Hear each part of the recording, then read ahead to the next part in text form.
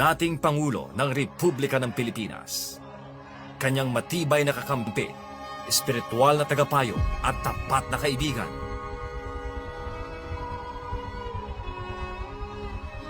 Magkasangga, walang iwanan. Parehong pilit na pinababagsak ng mga kurap at sakim sa kapangyarihan. Si dating Pangulong Rodrigo Roa Duterte, pwersahang dinala sa banyagang bansa. Iligal na ikinulong. Niyuraka ng kanyang mga karapatan at ipinahiya sa buong sanlibutan.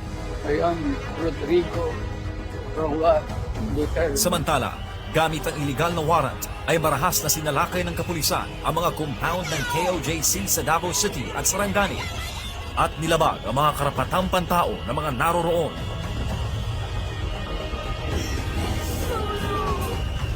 Sinigundahan pa ito ng pwersahang pagkubkob sa KOJC Central Headquarters sa loob ng 16 na araw na nagmistulang war zone. Lahat ng ito'y ginawa para lamang pasukuin si Pastor Apollo C. Quiboloy.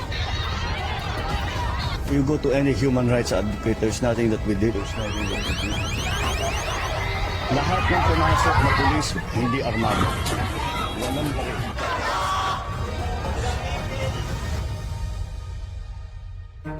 Dalawang lider, tapat na magkaibigan.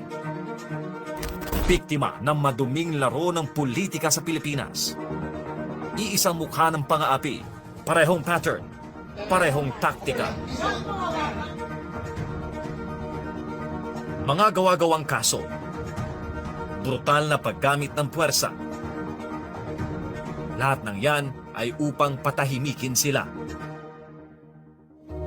Noon pa man, bago mangyari ang mga walang katarungang ito, sinubok na ng panahon ang kanilang samahan. Mula pa noong unang bahagi ng 1980s, si Duterte noon ay isang piskal at si Pastor Quiboloy noon ay nagsisimula pa lamang ng kanyang ministeryo sa isang maliit na kapilya sa Agdao, Davao City, ay may iisang pangarap. Isang bansang malayo sa korupsyon, droga at insureksyong komunista. Ang Sunshine Media Network International ang naging pinakamalakas nilang sandata. Ang tanging network na walang takot na naglalantad ng katotohanan. Ngunit ang katotohanan ay may maraming kaaway. Lagay nyo dito yung prangkisa nyo on the line. Noong 2023, pinalaan na ni Vice Presidente Sara Duterte si Pastor Quiboloy. Tatargetin ang SMNI. Isusunod